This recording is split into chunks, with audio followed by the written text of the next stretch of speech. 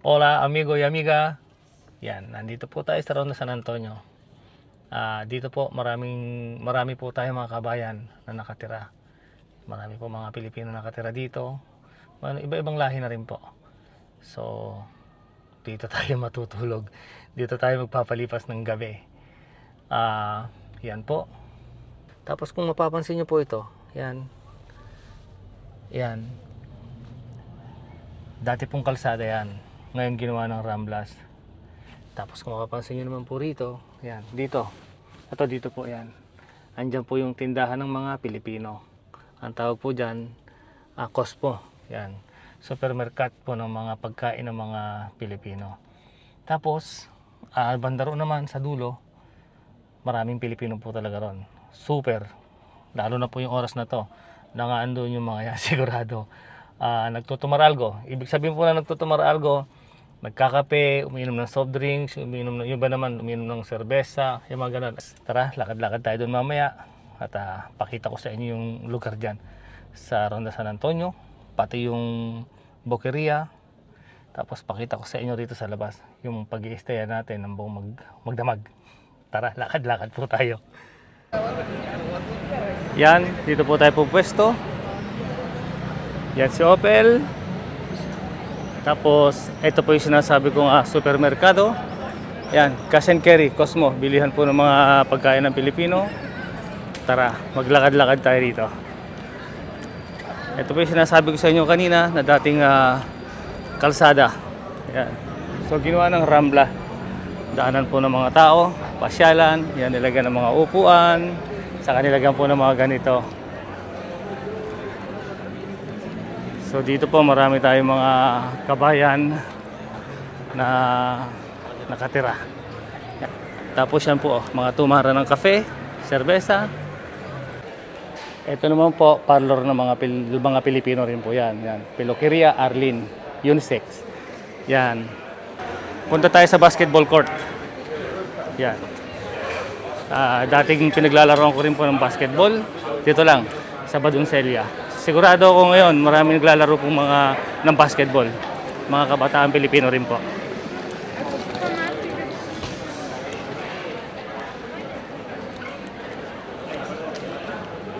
Yan po yung Malik. Bilihan po ng mga ticket ng umuwi ng Pilipinas. Oy, anong? Sige, tatay ni Kwa, tatay ni Vincent. Opo, ako po. Kaya may nakakilala sa atin. Nag-vlog ako anong. Ay! Oy! Wala! O yan. May alaga siyang laki. Sige. Sige po, ingat po kayo. Nakita ko yung mga vlog mo eh. Pinapanood niyo po. O, tingnan mo nga naman. Isa ka ko sa... Subscriber pa, follower po. Salamat po sa inyo. Sige. Yan, thank you. Ingat po kayo. Anak ko yun, yung anak mo, anak ko rin. Pagpait sa akin yun. Sige po, salamat. Yung anak ko raw, parang anak rin niya. Dahil mabait daw sa kanya. Tingnan mo nga naman, di ba? May alaga siyang aso laki. Tara, punta tayo rito sa ano. Te! Hola! Dito sa basketball court. Ito po yung Badoncelia. Walang ganong maraming naglalaro ngayon. Saka marami yung ibang lahi. Pero yung mga Pilipino rin naman. Ayan o. Tapos ito naman po yung simbahan ng Montalegre. Ito. Yan, dyan po ako nag-aral ng Espanyol. Pero saglit lang. Siguro mga 1 month lang ako dyan nag-aral ng Spanish. So yan, mga kamigo yung Badoncelia.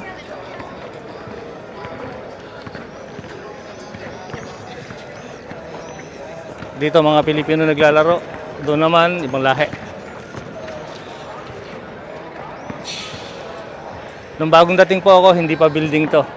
Ano yan, puro puno. Noong 2001, puro puno po yan. Ngayon ginawa ng building. Tapos tong ilalim po ng basketball court na to, ano po ito? Ginawang parking yung ilalim. Ayos. Tara, balik po tayo dun sa may kay Opel. Yan, gabi na, madilim na po. Time check natin. Yan, 10:30 na ng gabi. Marami na rin nakapark dito. Marami na tayong kasamang nakapark. Ayun, kung mapapansin nyo, marami pa rin nagtutumar Algoron. So ito po yung lugar ng pinagparkingan natin. Kanina wala pong ano yan, walang nakapark dyan kasi wala pang alas 8. Kasi po pagdating pa ng alas 8, doon pa lang pwedeng magpark dyan. Kasi po itong pinagparkingan natin, ano po yan, karga-diskarga ng mga furgoneta na katulad po niyan. Sarado na rin yung Cosmo. Pero dito sa tapat natin, ayan, may mga nakatambay pa rin. Tapos, eto si Opel. Yan. Yan, marami nang nakapark. So, yan mga kamigo. Diyan tayo matutulog. At kung mapapansin nyo, ang dami pa rin tao dyan sa banda dyan. Lalo na sa banda ron, daming tao. So yun, tara, prepare na natin yung pagtutulugan natin kay Opel.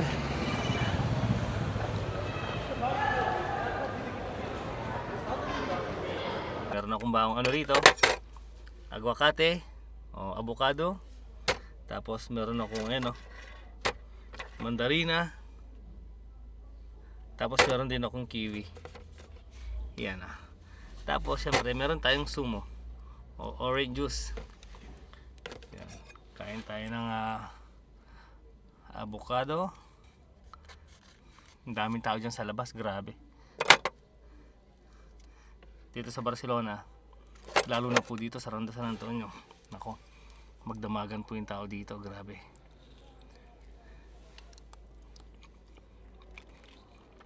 Lalo na pagka weekend ng ganito. No, Huwebes pa lang pala ngayon. Kaya lang kasi bukas ano ba yung tawag doon? May 1. Ano na ba kasi ng holiday na yun? Kalimutan ko. Basta festibo. Holiday. Yun. Labor Day. Yan. Kaya mga tao ngayon magdamagan dyan sa kalye. 3 araw po yan. Huwebes, Biyernes at Sabado. Hap. Ang tamis nitong itong nabili ni Mrs. na avocado.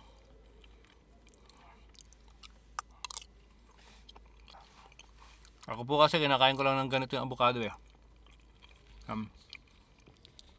Di ba sa atin sa Pilipinas ay nilalagyan ng gatas?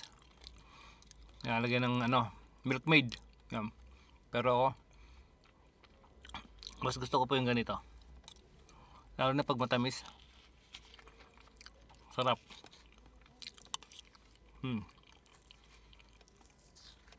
So yan, first time ko po matutulog dito sa sa kalsada. Pag nagkakamping po ako o kami ni Mrs., lagi po sa bukid. O kaya ma'am, pumapasok kami ng campingan, mga ganyan. O kaya man, may mga pag lumalabas ka kasi ng Barcelona, pumupunta ka sa mga bundok ganyan, may mga lugar po talaga ng mga karavana o ng mga campingan. So doon po kami pumupesto ni Mrs. So first time kong ginawa to, natulog dito sa kalye. Dito pa sa Ronda San Antonio. Isa sa pinaka-crowded na mga tao po ito mga kamigo. Aber. Diyan kanina ang daming nakaupo mga Pakistan. Iba-ibang lahi. So yun mga kamigo. Kain muna ako ng mandarina. At mamaya-maya matutulog na rin ako. At gising tayo ng maaga bukas. Magkakape tayo dyan sa tapat. Diyan tayo magkakape. Sa panaderia dyan sa harapan. Ayan mga kamigo. Bonanit. Buenas noches. Adios.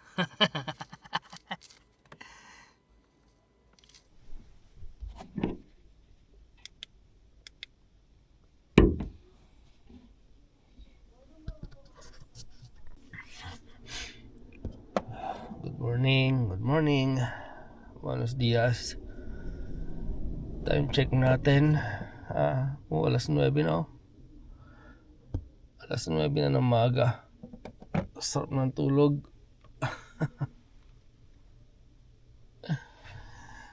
Wow. Yan mga kamigo. At bangon tayo. Tapos magkakape siguro tayo dyan sa tapat. Ay. Ayos, sarap ng tulog ko dito. At first time kong matulog dito sa tabi ng kalye.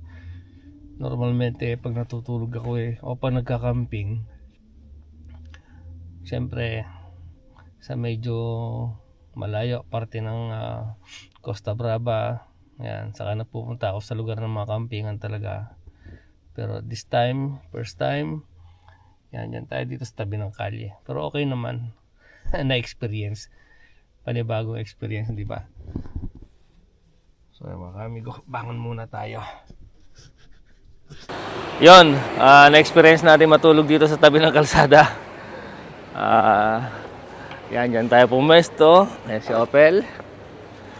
Yan, ito yung lugar ng pinwestohan natin. Ayos, bagong experience. So yun mga kamigo, dito sana ako magkakape, kaya lang puno yung terrace nila.